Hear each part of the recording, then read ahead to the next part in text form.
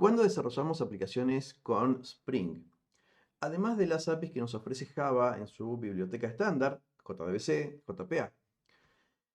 Spring nos ofrece un conjunto de herramientas que trabajan por encima de JDBC y de JPA, denominados Spring Data. El objetivo de Spring Data es reducir al mínimo el código repetitivo que tengamos que programar.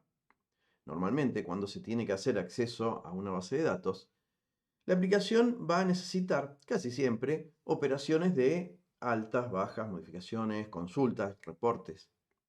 Entonces, Spring Data nos ofrece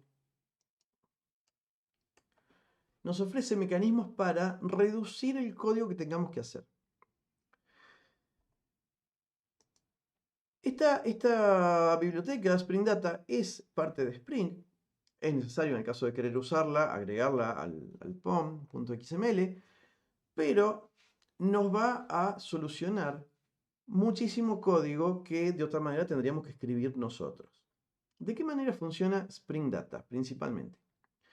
Por un lado tenemos como primera observación que los datos de la conexión los vamos a tener que indicar ya no en el persistence.xml que nos exige JPA, sino en el archivo application.properties que Spring nos indica o nos agrega siempre.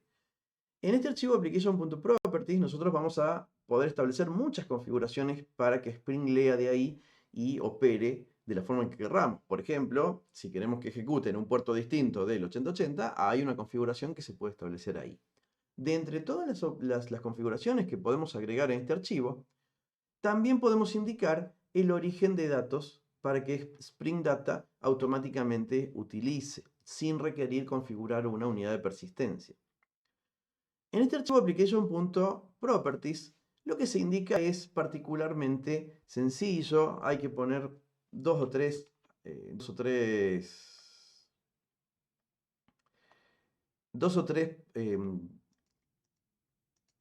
configuraciones, especialmente la URL de la base de datos, la clave y el usuario con el que nos queremos conectar. Solo con indicar eso, ya Spring Data puede empezar a trabajar.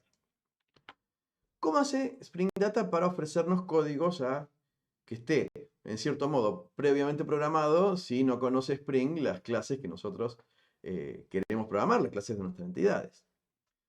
Lo que hace Spring es ofrecernos este mecanismo de interfaz. Nosotros como programadores vamos a tener que definir únicamente una interfaz, una o muchas interfaces según las entities que tengamos. Normalmente será una interfaz por cada entity. Estas interfaces van a heredar de unas interfaces provistas por Spring. Y luego, esas interfaces no las vamos a tener que programar nosotros, sino que Spring, en el momento que la aplicación arranca, genera en tiempo real, en tiempo de ejecución, una clase que implementa las interfaces y que le provee código a todos los métodos abstractos que la interfaz ofrece. Estas interfaces poseen métodos para lo más habitual. Habrá un método para buscar, habrá un método para borrar, otros métodos para consultar. Nosotros, y esto es lo que es raro, nosotros como programadores, lo único que tenemos que hacer es crear la interfaz heredando de una de las que provee Spring. Y luego resuelve todo. Veámoslo funcionando, es algo bastante particular. Nosotros tenemos, en este ejemplo, la clase persona con la notación entity, es una entidad, y los atributos definidos según la columna que tiene la tabla.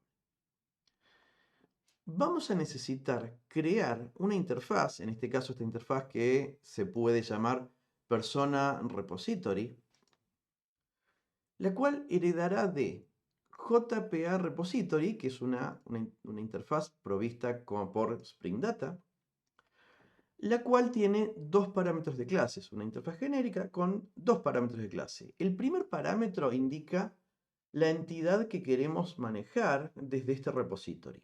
En este caso quiero una interfaz para administrar personas.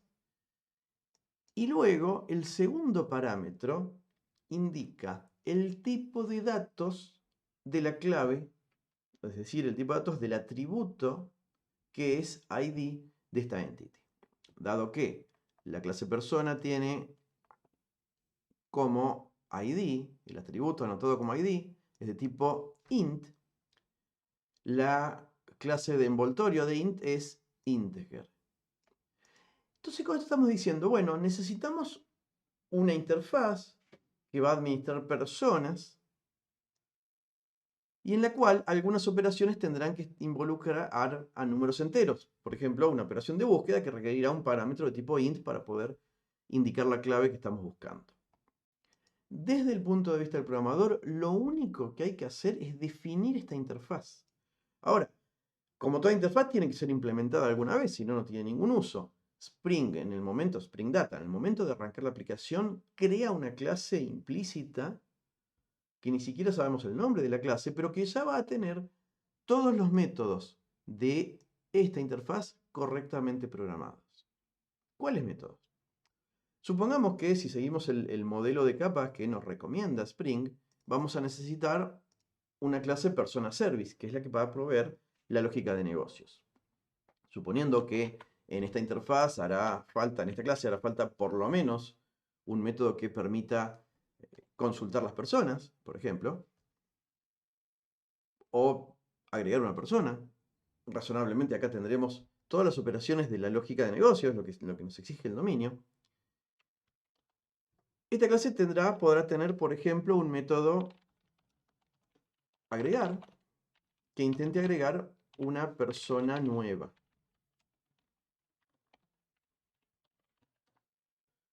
Este método de agregar razonablemente requiere,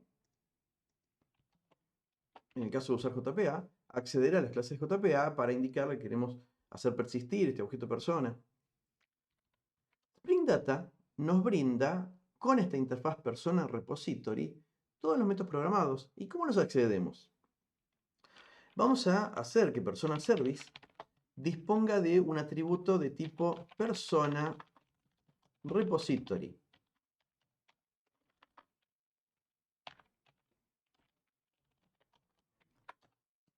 Este atributo vamos a solicitarle a Spring que lo inyecte automáticamente. Y esto es imprescindible que lo inyectemos, porque si no lo vamos a inyectar, deberíamos crearlo con new y no tenemos ninguna clase que implemente el repositorio. En este caso va a ser imprescindible que esté inyectado con la anotación AutoWire.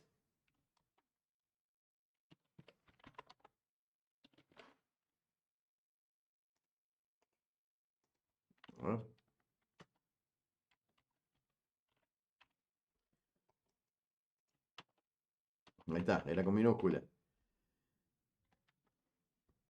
Dado que el repositorio va a estar inyectado, cuando el método agregar ejecute, ya va a estar correctamente cargada esta referencia repo y vamos a poder acceder a sus métodos. Veamos los métodos que nos ofrece este repositorio. Son unos cuantos métodos, todos orientados a las operaciones de CRUD, create, retrieve. Por ejemplo, count nos va a indicar cuántas instancias pueden existir de persona. Esto efectivamente ejecutará un select count en la tabla de personas. Tenemos la posibilidad de borrar una persona, buscar todas para que nos traiga directamente todas las personas cargadas de la base de datos, grabar una persona. Por ejemplo, si decimos save nueva,